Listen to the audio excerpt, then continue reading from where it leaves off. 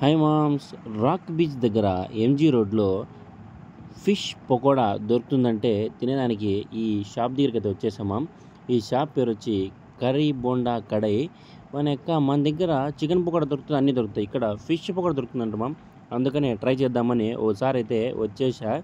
చూడండి, ఇక్కడ chicken bonda, chicken leg piece, joint piece, ఇంకా ఫిష్ పకోడా అన్నీ ఉంటాయంట. చికెన్ అంతా మనం మామూలుగా మనకి ఎక్కడైనా దొరుకుతుంది తినేదే.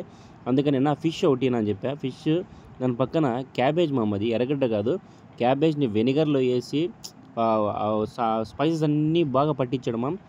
బీభత్సంగా ఉంది మామ్ టేస్ట్ మాత్రము. ఆ పీస్ని అలా తుంచుకుంటుంటే లోపల బోన్ అనేదే లేదు మామ ఈ ఫిష్లో. ఎక్సలెంట్గా ఉంది టేస్ట్ మాత్రం, బీభత్సంగా ఉన్నది అసలుకి.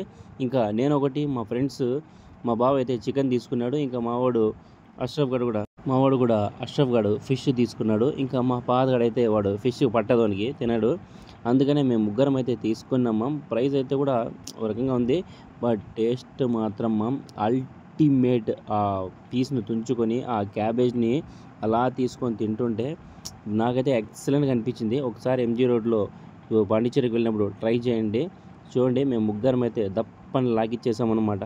బయట పని కూడా అలా తింటూ ఉండాలి మామ. ఫుడ్ టేస్ట్ చేయాలా, ఎంజాయ్ కూడా చేయాలా. సరే మామ, మరి ఉంటాను మరి. Okay, bye.